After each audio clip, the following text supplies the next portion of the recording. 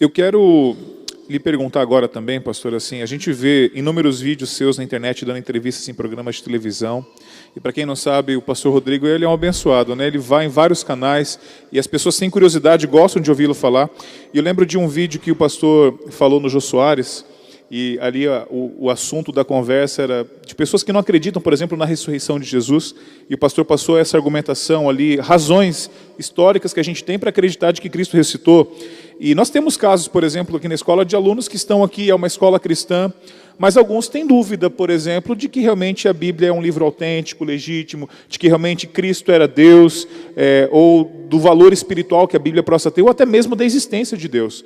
Pode acontecer de ter entre nós aqui alguém que não acredite na existência de Deus. O que o pastor diria, pastor, em poucas palavras, que razões científicas, históricas, arqueológicas nós teríamos para falar da veracidade da Bíblia, da existência de Deus, ou de que Cristo era Deus, ou até mesmo da ressurreição de Jesus, como o pastor falou lá no Jô? Bom, a primeira coisa que eu tenho que falar, antes de dar qualquer razão, é que a mesma coisa que eu falei com relação à profissão, eu falo com relação a isso. Você tem que se autoconhecer.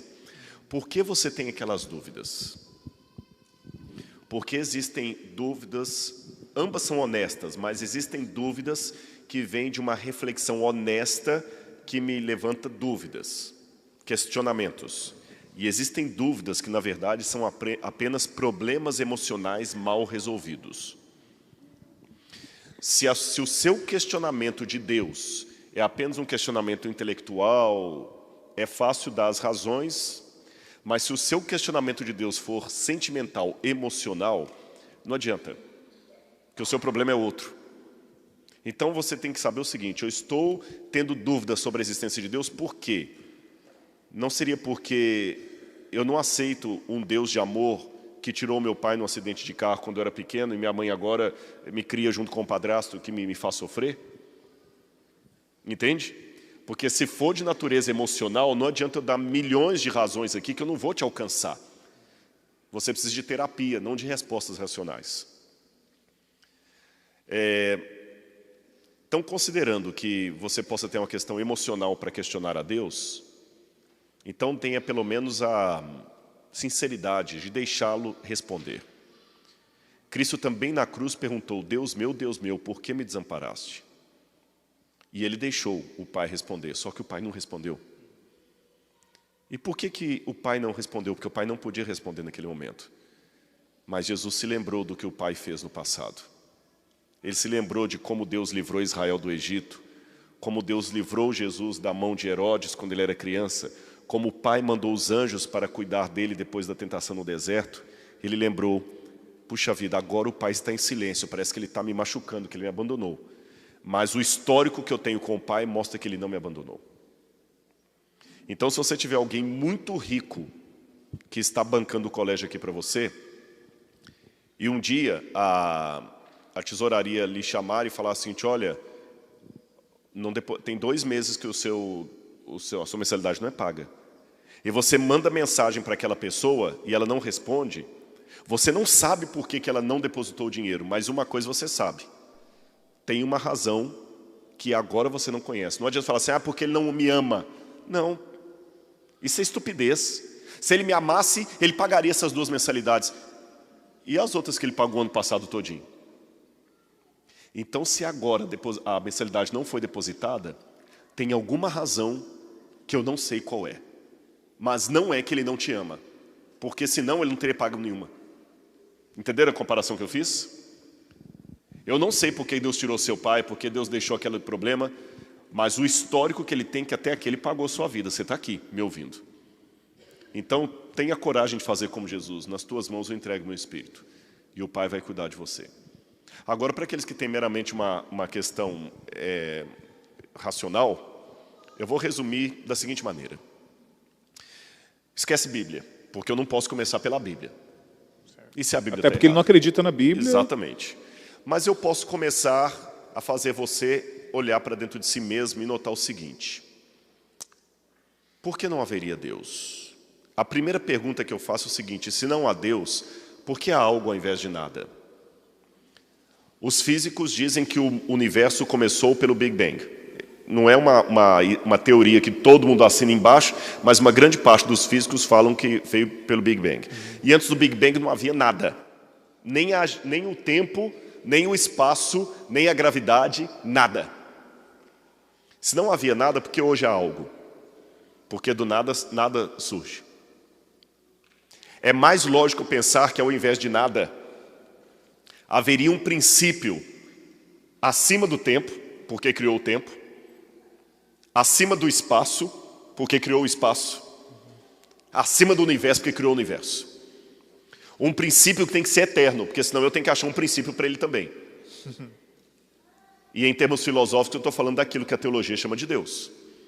Ou eu aceito que existe esse princípio eterno que deu origem ao universo, ou então sou obrigado a aceitar duas hipóteses que são ridículas. Letra A, que o universo é eterno, e já provou-se pela física que ele não é eterno, ele teve um começo. Ou letra B, que o universo começou do nada. E a prova maior que coisas não surgem do nada é que ninguém tem medo de aparecer um tigre agora e nos devorar aqui. Porque você sabe que coisas procedem de outras coisas. Segunda questão. Mas se Deus existe, por que há tanta maldade no mundo? Por que há tanta coisa ruim? Sabe que o próprio fato de você ter sensação ruim já é uma prova que Deus existe? Eu vou explicar por quê. Se você está com a sensação que algo está ruim, que algo é mal, é porque você acredita que existe o bem. Concorda comigo? Sim ou não? Sim. Porque se não existe o bem, como é que você sabe que isso é mal? Para você falar isso aqui é mal, é porque tem um bem. Então existe bem e existe mal. Para você definir o que é o bem e o que é o mal, você tem que ter um parâmetro. Mas para ter parâmetro, eu tenho que ter código, eu tenho que ter lei. E para ter lei, eu tenho que ter um legislador. Agora, se não há legislador, não há lei. Se não há lei, não há parâmetro. Se não há parâmetro, não há como reconhecer o bem e o mal. Se não há como reconhecer o bem e o mal, então nem existe bem e mal. Se não existe bem e mal, como é que você está falando que isso aí é mal? Então, o próprio fato de um ateu saber que algo é mal, é porque existe o bem. E é esse bem que nós chamamos de Deus. E mesmo que você tenha nascido no Cazaquistão, no Japão, na China, na Índia, na Idade Média, na pré-história ou hoje, uma coisa é certa. Isso aqui qualquer ateu vai concordar comigo. Leucemia e criança não combinam numa mesma frase, ainda que a gramática o permita. De onde vem essa sensação que criança e leucemia na mesma frase não está legal? Então nós temos uma ideia de que alguma coisa desse mundo não está legal. Se você olhar os pombos-correio, você pode criar o pombo-correio da melhor maneira que você puder aqui, mas a primeira oportunidade ele vai voar e voltar para a casa dele. Ele sabe que a casa não é aqui, porque o pombo-correio nasce com um GPS, com um Waze na mente dele, que indica que aqui não é a casa dele, a árvore migratória, o pinguim, as tartaruguinhas do Projeto Tamar. Aqui tem Projeto Tamar em Santa Catarina. As tartaruguinhas, elas saem do ovo, já vão todas pequenininhas para a água, parece que elas já sabem o caminho, né? O caminho. Quem ensinou? Quem ensinou para a tartaruga o caminho do mar? Quem ensinou para os pinguins o caminho do Polo Norte quando ele migra de volta? Mas os biólogos não poderiam sugerir que era a questão instintiva que eles têm? Sim, mas o instintivo tem que ter alguém que programou ali. Por que está a questão? O instintivo indica um DNA. Até Einstein, na época de... esquece Einstein, vamos pegar Newton. Até a época de Newton, eu diria que o universo é apenas lei. Com Einstein, nós sabemos que o universo tem lei e tem energia. Mas com Watson e o DNA, eu descobri que o universo tem lei, tem energia e tem código, mensagem. E a lei básica da comunicação é que para haver código tem que ter quem recebe o código e quem cria o código. Seria a mesma coisa de eu falar que o iPhone tem um programa da Apple, mas não existe nenhum técnico que tenha bolado isso aqui. Não faz sentido. O iPhone ele pode até funcionar sozinho para algumas coisas. Alguém programou. Alguém programou. Não faz sentido. Então, realmente, pode estar no instinto dos animais, mas alguém tem que ter colocado a mensagem lá. Se você chegar lá na loja, pegar o seu iPhone, e ele não tiver um programa aqui dentro, ele vai ser um aparelho morto. Agora, para ter um programa aqui, um aplicativo, tem que ter alguém que montou aquele aplicativo. Então, as aves que têm instinto, tem que ter alguém que colocou o aplicativo ali dentro. Senão não faz sentido. Agora eu vou mais além. Assim como as aves, nós também temos o nosso instinto. Assim como as tartarugas. Por quê? A tartaruga já nasce sabendo que o lugar dela não é ali na areia, que é na água. E nós nascemos sabendo que sofrer é ruim. Nós nascemos sabendo que morte é ruim. Ninguém ensinou para você que morte é ruim. Não foi o padre, o pastor, nem seu pai, nem sua mãe. Você já nasce instintivamente querendo fugir da morte. Nós nascemos sabendo que esse mundo não pode ser desse jeito. Como as aves, nós temos um instinto que parece nos mostrar que existe uma realidade além dessa. Nem estou indo na Bíblia. É só olhar um instinto humano. Agora, o curioso é que se eu tenho o instinto, tem que ter algo para corresponder a esse instinto. Senão fica sem sentido, pastor. É como falar assim, a tartaruga sai procurando um mar que não existe. Vocês entenderam o ponto? A lei do instinto obriga que o objeto do instinto tem que existir. A lei do instinto obriga que o objeto do instinto tem que existir. A tartaruga sai procurando o mar, é porque o mar existe. Se o meu instinto está procurando um paraíso, uma vida eterna, ele tem que existir. Senão seria a mesma coisa de dizer que o meu organismo precisa de oxigênio, mas o oxigênio não existe. Eu preciso da ternura, mas a ternura não existe. Eu preciso do aconchego, mas o aconchego não existe. Tudo que o seu organismo pede e que existe fora dele está aí na natureza. E o seu organismo pede Deus. E o ateu insiste que Deus não existe. Dostoiévski, uma vez escreveu, um excelente escritor russo, escreveu Irmãos Karamazov, Crime e Castigo, vários livros, é um clássico da literatura russa. Dostoiévski falava que algumas pessoas têm medo de encontrar a Deus porque a fé é justamente isso. É lançar-se como um pássaro com as asas abertas no abismo e ver que embaixo de você não tem nada. Mas para isso você tem que enfrentar um mundo de não respostas. Porque imagine você como um pássaro voando. Não tem nenhum cabo de aço segurando você. Não tem teto. Você olha para baixo, só o abismo. Aí você tem medo. Aí sabe o que alguns pássaros preferem? A gaiola. Porque a gaiola é onde moram todas as certezas. Na gaiola você não precisa sair caçando o seu alimento. O dono vem e coloca o alpiste para você. Na gaiola você não precisa instintivamente procurar água. O dono vem e coloca água. Na gaiola você nem precisa de instinto. O alpiste está ali, a água está ali. E o mais longínquo do chão que você está é uma distância assim, entre o poleiro e o fundo da gaiola. E você olha lá para fora, o céu, e alguma coisa dentro da sua cabeça de pássaro diz assim, puxa, eu queria tanto voar, eu queria estar lá em cima, mas eu prefiro a gaiola, porque aqui é onde moram as certezas. Aqui eu sei que a comida é certa, o chão é firme, é tudo sólido, eu não tenho que enfrentar o abismo. E você fica como um pássaro triste, cantando dentro de uma gaiola. Porque te ensinaram que não existe esse negócio de voar. É invenção dos religiosos. Os pássaros têm que ficar dentro da gaiola. O ser humano tem que ficar dentro da gaiola. Eu prefiro o céu com as aves, a gaiola do ateísmo. Mas, pastor, me convenço então de que Deus existe, mas eu tenho muita dificuldade de acreditar de que a Bíblia é um livro confiável, porque quando a gente olha para ver como ela foi escrita, tanto tempo se passou, as traduções que foram acontecendo, a formação do cânon sagrado, e quem sabe, alguém pode ter esse questionamento, pastor, mas que razões eu tenho para acreditar de que Deus precisaria de um livro, e de que esse livro é confiável? Por exemplo, há pouco tempo atrás, o Papa fez uma declaração interessante. Ele sugere aos cristãos de que nós não podemos acreditar de que Deus formou o mundo num passe de mágica, que seria perigoso pensar assim. O pastor deve ter acompanhado essas declarações. E ele sugeriu, por exemplo, que nós também podemos harmonizar perfeitamente o relato do Gênesis com a teoria de Charles Darwin. Foi uma sugestão do líder cristão hoje, que melhor, digamos, que maior representa, o Papa Francisco. E a gente vê algumas tentativas de diminuir o texto sagrado, de diminuir o Gênesis, e isso alimenta muita gente que põe a Bíblia em descrédito. O que nós poderíamos falar, pastor, para alguém que tem dúvidas, até acredita em Deus, mas diz, não, a Bíblia não é bem assim. Eu sei que Deus existe, mas eu não consigo acreditar de que eu tenho que levar a Bíblia ao pé da letra. Bom, Em primeiro lugar, eu tenho que lembrar o que é verdade em relação a essa história estranha da Bíblia e o que é fake news. Porque tem muita fake news aí. Você entendeu? Nossa, eu já cansei. Porque tem manuscritos da Bíblia que o Vaticano esconde. E sempre tem negócio de fake news. Quando eu fazia teologia no IAN, nem todos os manuscritos do Mar Morto estavam disponíveis.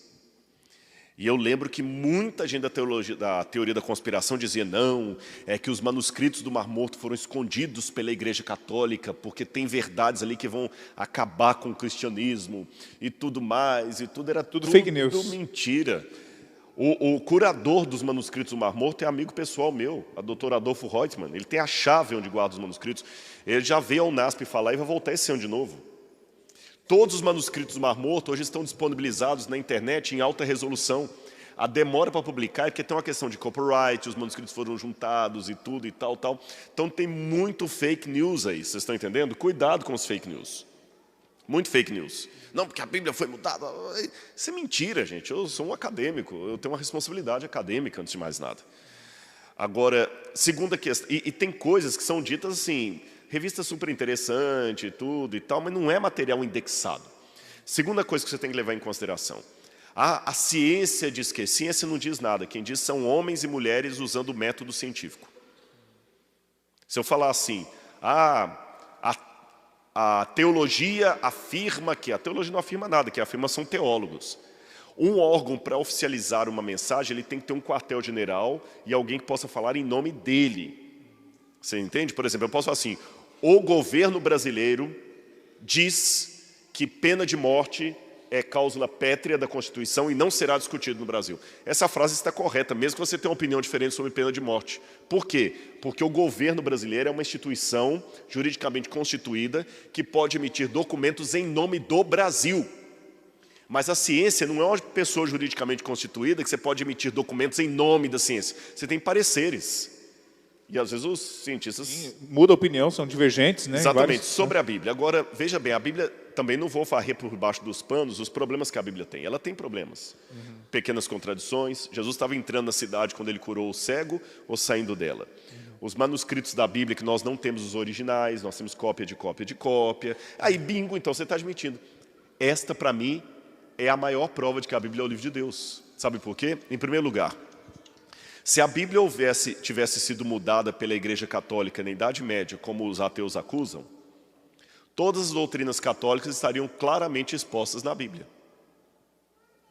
Você não encontra na Bíblia nada mandando guardar o domingo. E qual que é o dia de guarda na Igreja Católica? Domingo. Se a Igreja Católica tivesse, como eu já li na revista super interessante, o Papa, e a mão do Papa mudou os manuscritos bíblicos para favorecer a Igreja, eu teria lá de todo tamanho guardar domingos e festas na Bíblia. Eu teria os 7 sacramentos descritos na Bíblia. Se a Igreja tivesse mudado a Bíblia na Idade Média ao bel prazer, como muitos pensam, essas pequenas contradições da Bíblia teriam sido consertadas. Eu sou autor. Às vezes você está escrevendo, eu sou autor e sou orientador de trabalho, às vezes você está escrevendo um trabalho, antes de publicar, o editor fala assim, olha, você falou uma coisa aqui, mas aqui está contradizendo. Realmente, eu não fui muito bem na frase. Você altera, você muda. A Bíblia não foi mudada, então ela não foi editada. Ela está preservada como foi. E por que Deus deixou essas pequenas contradições? Para mostrar que o livro foi escrito por homens, mas ele é de origem divina, sabe por quê? Porque um livro com tantos problemas transforma vidas, coisas que outro livro não faz. Já ouviram falar no livro O Ensaio da Cegueira, de José Saramago? Esse livro de José Saramago é muito interessante. E tem outras... José Saramago era ateu. Pegue um dos livros de José Saramago, ou de Hegel, ou de Heidegger, qualquer um desses autores. Distribua esses livros nas cadeias. Pegue o livro de Richard Dawkins, Deus um Delírio, e distribua nas cadeias. Depois de um mês ou de um ano, volte àquela penitenciária onde você entregou os livros do Richard Dawkins, Deus um Delírio, e veja quantas pessoas deixaram a criminalidade por causa de lerem Richard Dawkins. Agora entregue a Bíblia e você vai ver quantas pessoas foram transformadas. Então a Bíblia, com todos os defeitos, só pode ser um livro de Deus, porque um livro com todos esses problemas e transformar vidas, coisa que Richard Dawkins e José Saramago não conseguem fazer, só pode ser um livro de origem divina. Então, desafio. Uma vez tinha um desafio entre um ateu e um cristão. O ateu falou, eu vou debater com você. O cristão falou, tudo bem, mas eu quero uma condição. Eu prego que Deus existe e que salva, você prega que Deus não existe e que religião é veneno. Eu vou levar na igreja, no auditório, 50 pessoas que eram drogados, viciados, depressivos, pessoas que foram transformadas para melhor pela pregação que eu faço. E você vai levar 50 ex-traficantes, 50 ex que também se transformaram pelo ateísmo que você prega. Não teve o debate. Uau. Então esse é o desafio. Tem muita gente dizendo lorota aí. O dia que Richard Dawkins encheu um auditório de ex-traficantes, ex-prostitutas, ex-estupradores, que se converteram, ex-assassinos, pela mensagem que ele prega, aí eu aceito debater. Enquanto isso eu digo, desculpe, eu prefiro ficar com Deus um delírio, porque esse Deus que ele chama de delírio transforma vidas. E uma vez tinha um ex-canibal chamado Catarragoso. Ele se tornou adventista e pastor adventista. E uma vez ele estava num lugar onde tinha um antropólogo criticando os missionários porque fazem um trabalho junto aos índios e mudam a cultura do índio, fazem o índio vestir roupa que ele não estava acostumado, a ler um tal de Bíblia, abandonar os deuses dele como sendo paganismo. E Catarragoso veio até ele e falou o seguinte, muito boa a sua palestra. Obrigado, obrigado. Ele não sabia quem era o Catarragoso. E o Catarragoso falou o seguinte, eu só falo assim que ainda bem que os missionários que foram à minha ilha, em Papua Nova Guiné, não escutaram a mensagem do Senhor. Porque se eles não tivessem transformado a minha cultura, eu estaria comendo o seu coração agora, como eu fiz na minha infância. Pastor, essa seria a minha última pergunta. Mas chegou agora aqui para mim uma mensagem de alguém aqui da plateia que me fez pensar, e eu vou fazer essa pergunta ainda. Pastor, seria muito esclarecedor para os nossos alunos se o pastor conseguisse tratar para a gente, eu sei que esse é um assunto muito amplo, sobre essa questão do determinismo. Quais são, pastor Rodrigo, os argumentos que nós temos de que a realidade é real e de que nós não somos simplesmente robôs programados pelo evento absoluto da vida, de que o que nós vivemos não é uma realidade virtual, uma Matrix. Uhum. Quando falou determinismo, eu pensei que ia na questão da predestinação lá, mas não é nesse sentido não. É determinismo filosófico. Filosófico. Não é? Eu respondo ao determinismo filosófico com Descartes. Descartes viveu na época em que a filosofia estava dividida entre o idealismo e o materialismo. E os materialistas eram aqueles que duvidavam de tudo, até da razão. Até da razão. E a proposta do determinismo é isso. Como é que eu posso ter certeza que você está aqui, na minha frente, que vocês existem, que isso não é uma ilusão? Porque você sabe, quando você está sob efeito de drogas, quando você está sob efeito de hipnose, quando você está dormindo, o seu cérebro começa a sinapse, a produzir uma imagem que não existe. Você sonha, por exemplo, que está sendo perseguido por um cachorro que não existe. Você sonha com a imagem de alguém que já morreu que não está ali. Aliás, quem nunca fez xixi na cama não sabe o que é ter um sonho realizado. Vocês riram porque já aconteceu. Não, aqui no IES que não acontece essas coisas. Não acontece não, né? Então, o que ocorre?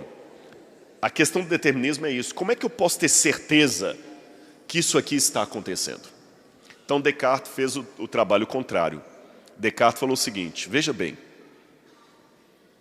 ainda que isso aqui em volta seja uma ilusão, para a minha mente produzir essa ilusão, a minha mente tem que estar em algum lugar. Ainda que vocês não existam, eu tenho que existir. Porque senão não estaria projetando vocês. Aí ele falou uma frase em latim, cogito ergo sum, penso, logo existo. Eu posso duvidar de tudo, mas eu não posso duvidar da minha existência. Agora, se eu existo e sou limitado, então tem que ter algo ou alguém que projetou a minha existência. Se existe esse algo ou alguém, eu já não sou solitário no universo. Tem eu e mais um. Tem eu e mais um. E se tem eu e mais um, por que esse mais um criaria somente eu? E não os outros?